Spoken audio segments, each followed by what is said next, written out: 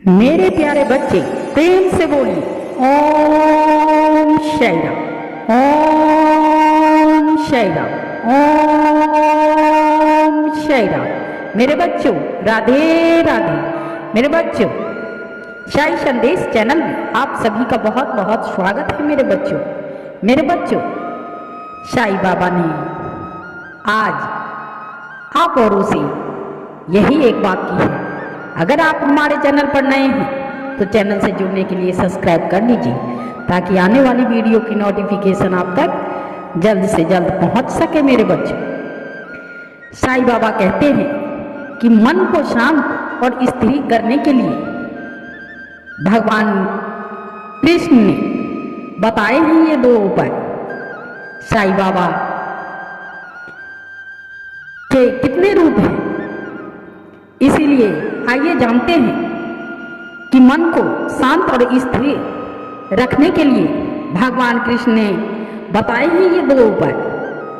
सुनिए मेरे बच्चों, और कभी भी आधा अधूरा ज्ञान कहीं से मत लीजिए बच्चों। आधा अधूरा ज्ञान हमेशा घातक होता है, इसीलिए कभी भी प्रेम पूर्वक भगवान श्री कृष्ण का भागवत गीता सुनिए और प्रेम से सुनिए ताकि हर संकट से बचा जा सके। मेरे बच्चों ज़्यादा समय ना लेते हुए आइए सुनते हैं। मन को शांत और स्थिर करने के लिए भगवान कृष्ण ने बताए हैं ये दो उपाय। किसी भी चीज को समझने के लिए सबसे पहले मन को शांत रखना चाहिए मेरे बच्चों, और फिर काम पर ध्यान देना चाहिए, क्योंकि हम मन से ही प्रश्न खोज लेते हैं और मन से ही जवाब देकर बैठ जाते हैं। मेरे बच्चों भगवान कृष्ण ने मन को शांत रखने के लिए ये दो उपाय बताए हैं, दो चीजें बताई हैं। इसको ध्यान पूर्वक सुनिए मेरे बच्चों। भागवत गीता में भगवान श्री कृष्ण कहते हैं मन का बेचैन होना उसका स्वभाव है। हमारे मन को लगता है कि अगर वह अलग अलग बातों के बारे में सोचता रहेगा तो हमें आने वाली हर मुश्किल और मुसीबत से बचा लेगा, पर ऐसा होता नहीं है मेरे बच्चों। हम अपने जीवन का काफ़ी अधिक समय सोच विचार करके परेशान होने में निकाल देते हैं मेरे बच्चों। भगवान श्री कृष्ण कहते हैं कि मन का यह स्वभाव बदलना मुश्किल जरूर है, मगर असंभव कुछ नहीं है। इसीलिए अच्छा है जब आप एक बात बताइए, क्या आप कोए को कह सकते हैं कि वह काँव काँव की आवाज ना करे, या फिर क्या आप किसी मेढक को कह सकते हैं कि वह पानी देखते ही ऊंची छलांग ना मारे।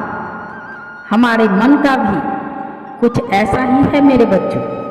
जीवन में कुछ भी होता है अच्छा या बुरा, हमारा मन उस पर काँव काँव काँव काँव करने लगता है। काँव काँव से मेरा मतलब यह है चिंता करना, व्याकुल होना। कोई बुरी बात होती भी है नहीं भी, और मन परेशानी की ऊंची ऊंची लपटें लेने लगता है मेरे बच्चों। कभी कभी तो मुझे ऐसा लगता है कि हम में से कई लोग सिर्फ परेशान होने के लिए जीते हैं। सारी परेशानी, पीड़ा, दुविधा अक्सर हमारी मन की बनाई हुई कहानियां होती है मेरे बच्चों।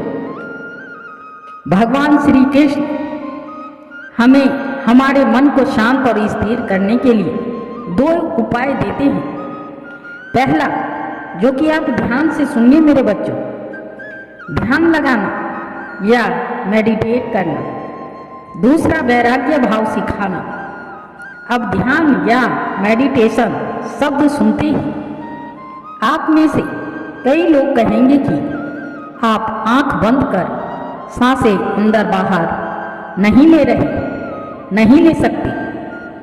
यहाँ हम सब गलती कर बैठते हैं।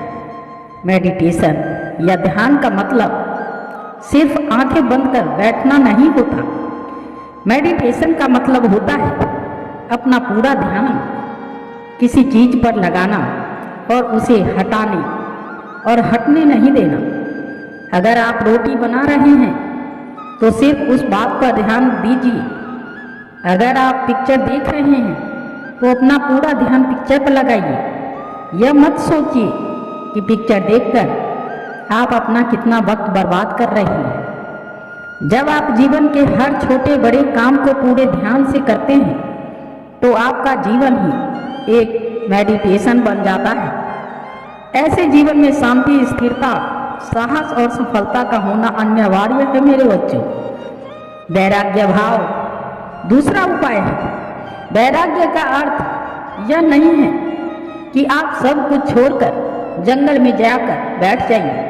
वैराग्य का सच्चा अर्थ है कि आप जो काम कर रहे हैं उसका क्या नतीजा या रिजल्ट निकलेगा उसकी चिंता ना करें। जैसे अगर आपने कोई इंटरव्यू दिया, आप यह कह सकते हैं कि पूरे मन से तैयारी करें और अपना बेस्ट देकर आए। वह नौकरी मिलना या ना मिलना आपके हाथ में नहीं है। इस नतीजे के पीछे अलग अलग चीजें हैं जो आपके बिल्कुल कंट्रोल में नहीं। जिस चीज के बारे में आप कुछ नहीं कर सकते उसके बारे में चिंता भी ना करें। यही वैराग्य का सच्चा मतलब है मेरे बच्चों। और यही है भगवान श्री कृष्ण का दूसरा उपाय, मन को चिंता की लपटों से बचाने का। याद रखिए, आप पूरे के पूरे इंसान हैं।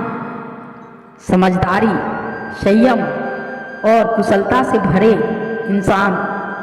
आपका मन जब भी कोए की तरह अलग अलग बातों पर आपको परेशान करने लगे तब अपने मन को भी प्यार से समझाइए और शांत कर लीजिए। बस अपने ऊपर विश्वास रखिए कि आप कभी अपना बुरा नहीं होने देंगे मेरे बच्चों।